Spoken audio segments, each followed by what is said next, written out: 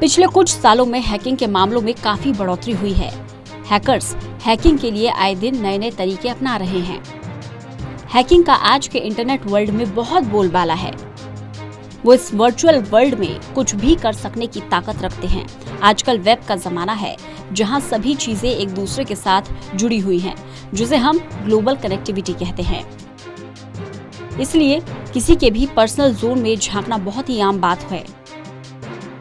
ये www एक बड़ा सा हब बन गया है, जहां की इंफॉर्मेशन को स्टोर और रिस्टोर किया जाता है। इसे सबसे सेफेस्ट वैल्यूएट माना जाता था, लेकिन बाद में पता चला कि ये कंप्यूटर जीनियस के हाथों का खिलौना है, जो जब चाहे अपना काम निकलवा सकते हैं। बदलते दौर में दुनिया में टेक्नोलॉजी के बेतहाशा इस्तेमाल ने हैकिंग की चिंताओं को और बढ़ा दिया है।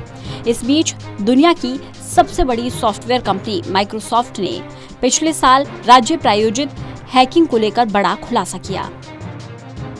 माइक्रोसॉफ्ट ने बताया कि पिछले एक साल में राज्य प्रायोजित हैकिंग के 58% मामलों के पीछे रूस का हाथ था।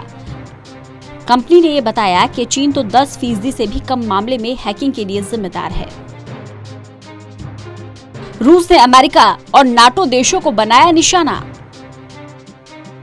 माइक्रोसॉफ्ट ने बताया कि रूस ने ज्यादातर अमेरिका में सरकारी एजेंसियों और थिंक टैंकों को निशाना बनाया। इसके अलावा यूक्रेन, ब्रिटेन और यूरोपीय नाटो सदस्य देशों की सरकारी और गैर सरकारी एजेंसियों को भी हैक किया गया। 2020 की शुरुआत में हुई सोलरविंड्स हैकिंग ने पूरी दुनिया में तहलका मचा दिया। इससे न केवल अमेरिकी फेडरल गवर्नमेंट एजेंसियों के डेटा को हैक किया गया, बल्कि कई टॉप सीक्रेट जानकारियों को भी चुराया गया। सरकारी एजेंसियों को टारगेट कर रहे रूसी हैकर। रूसी हैकर मुख्य रूप से विदेश नीति, राष्ट्रीय सुरक्षा और रक्षा में शामिल एजेंसियों को टारगेट कर रहे हैं। रिपोर्ट में रैंसमवेयर हमलों को एक गंभीर और बढ़ती हुई प्लेग के रूप में बताया गया है। इसका सबसे बड़ा शिकार अमेरिका बना है। रैंसमवेयर हमले आपराधिक और आर्थिक रूप से प्रेरित हैं। इसमें हैकर आपकी निजी जानकारियां या डेटा को चुराकर उसके बदले पैसे की डिमांड करते हैं। आज की तारीख में रूस के पास सबसे ताकतवर साइबर सेना है। रूसी हैकर्स पर आरोप है कि उन्होंने अमेरिकी राष्ट्रपति चुनाव में दखलंदाजी की। उन्होंने व्हाइट हाउस पर साइबर हमला किया। नाटो और पश्चिमी देशों के मीडिया नेटवर्क भी रूसी हैकर्स के निशाने पर रहे हैं। रूस में हुए साइबर हमले में एक खास ग्रुप का नाम कई बार सामने आया है। इसका नाम है फैंसी बियर। माना जाता है कि हैकर्स के इस ग्रुप को रूस की मिलिट्री इंटेलिजेंस चलाती है। साइबर हमलों के लिए रूस दुनिया को ये बताना चाहता है कि वो साइबर साम्राज्य का बादशाह है। 90 के दशक में हॉलीवुड फिल्म मैट्रिक्स से प्रभावित होकर जिन रूसी साइबर इंजीनियरों ने हैकिंग के साम्राज्य की बुनियाद रखी थी, वो आज खूब फल फूल रहे हैं। आज बहुत से हैकर रूस की सरकार के लिए काम करते हैं, मगर हैकिंग के इस खेल में रूस अकेला नहीं है। रूस से ज्यादा चीनी हैकरों की सफलता की दर। 2020 से जून 2021 के बीच रूसी हैकर्स की सफलता की दर बढ़कर 32% पहुंच गई है। इससे पहले रूसी हैकर हर 100 में से केवल 21 हैकिंग के मामले में सफल हो पाते थे। रूसी हैकर खुफिया जानकारी इकट्ठा करने के लिए दुनिया भर की सरकारी एजेंसियों को टारगेट कर रहे हैं, जो पिछले एक साल में 3% से बढ़कर 53% तक पहुंच चुका है। हाल ही में सोशल मीडिया के सबसे ज्यादा इस्तेमाल होने वाले ऐप्स के अचानक बंद होने के पीछे की वजह सामने आई। बीते सोमवार शाम अचानक ही इंस्टाग्राम, व्हाट्सएप और फेसबुक का सर्वर डाउन हो गया था। करीब 6 घंटे बाद ये सेवाएं बहाल हो सकी, जिसके बाद जानकारी सामने आई कि ये सेवाएं थॉमस नाम के हैकर की वजह से ठप हुई थी, जिसे अमेरिका की खुफिया एजेंसी FBI पकड़ेगी। इसकी जिम्मेदारी FBI साइबर क्राइम के ऑफिसर जॉन मैकलेन को दी गई। जानकारी के मुताबिक थॉमस एक बड़ा साइबर अपराधी है। फेसबुक, इंस्टाग्राम, व्हाट्सएप की सेवाएं करीब 6 घंटे तक बंद रही, जिसके कारण दुनिया भर के लोगों को परेशानी झेलनी पड़ी। चीन हर 10 में से एक हैकिंग के लिए जिम्मेदार।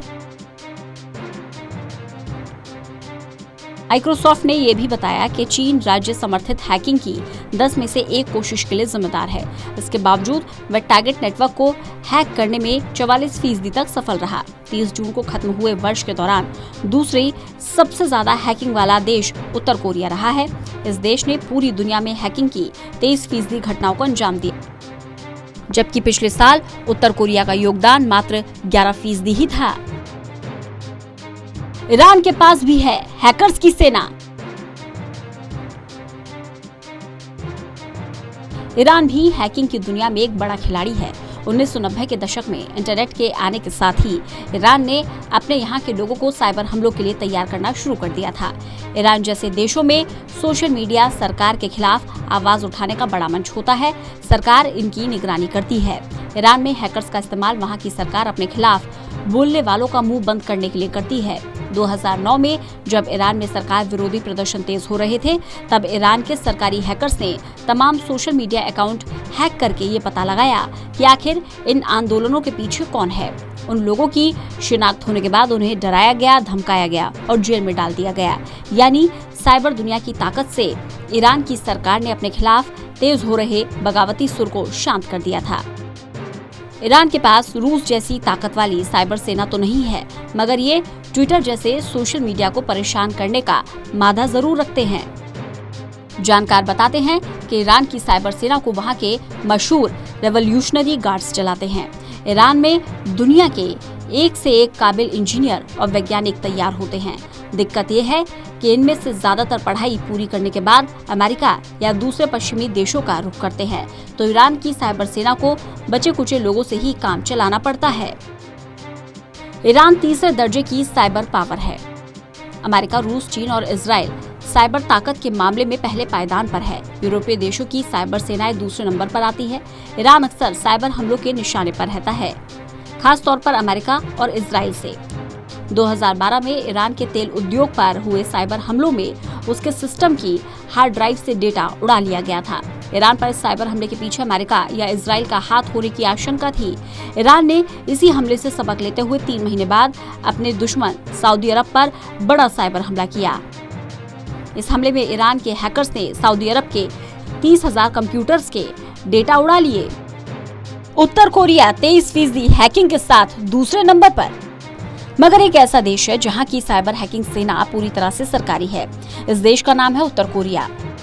उत्तर कोरिया में हैकर्स की सेना चलती है। वहां की खुफिया एजेंसी RGB उत्तर कोरिया में 13 से 14 साल की उम्र में ही बच्चों को हैकिंग के लिए ट्रेनिंग देने लगती है। स्कूल से ही प्रतिभाशाली बच्चों को छांटकर हैकिंग की खुफिया सेना में दाखिल कर दिया जाता है। गणित और इंजीनियरिंग में तेज छात्रों को सॉफ्टवेयर इंजीनियरिंग की ट्रेनिंग दी जाती है। फिर या तो वो हैकर बनते हैं या सॉफ्टवेयर इंजीनियर। उत्तर कोरिया के हैकर्स ने दुनिया के कई बैंकों पर बड़े साइबर हमले करके करोड़ों की रकम उड़ाई है। इनके निशाने पर लैटिन अमेरिकी देश इक्वाडोर से लेकर पड़ोस के देश तक रहे हैं। दक्षिण कोरिया, तुर्की और वियतनाम में भी हैकर्स के झुंड सक्रिय हैं। हालांकि इनकी संख्या बेहद कम है। कोविड वैक्सीन और इलाज का विकास करने वाली कंपनियों पर भी साइबर क्रिमिनलों ने खूब हमला किया है। अब जब साइबर क्राइम बढ़ रहे हैं तो जाहिर है तमाम देशों ने साइबर सुरक्षा के लिए भी पुलिस बल तैयार किया है। आज की तारीख में साइबर अपराध या हैकिंग एक बड़ा कारोबार बन गया है। साइबर दुनिया के अपराधी इन दिनों सोशल मीडिया या फिर सरकारी संस्थानों को निशाना बना रहे हैं। आज साइबर अपराधियों का साम्राज्य इतना फैल गया है कि ये धंधा अरबों खरबों डॉलर तक हो गया है। हैकर्स आज सरकारों के लिए भी काम कर रहे हैं और भाड़े पर भी। ये बैंकों और सरकारी वेबसाइट से लेकर निजी कंप्यूटर्स और मोबाइल तक को निशाना बना रहे हैं। इन्हें कई देशों में सरकारें ट्रेनिंग दे रही हैं ताकि दुश्मन देशों को निशाना बना सके। तो ईरान जैसे कई देश इन्हें किराए पर रखकर विरोध की आवाज दबा रहे हैं। साइबर अंडरवर्ल्ड आज खूब फल फूल रहा है। आज हैकर्स ने अपने साम्राज्य को पूरी दुनिया में फैला दिया है। हैकर्स हर देश में मौजूद हैं, बस फर्क इतना है कहीं वो सरकार के लिए काम करते हैं तो कहीं सरकार के खिलाफ। Special desk, total news.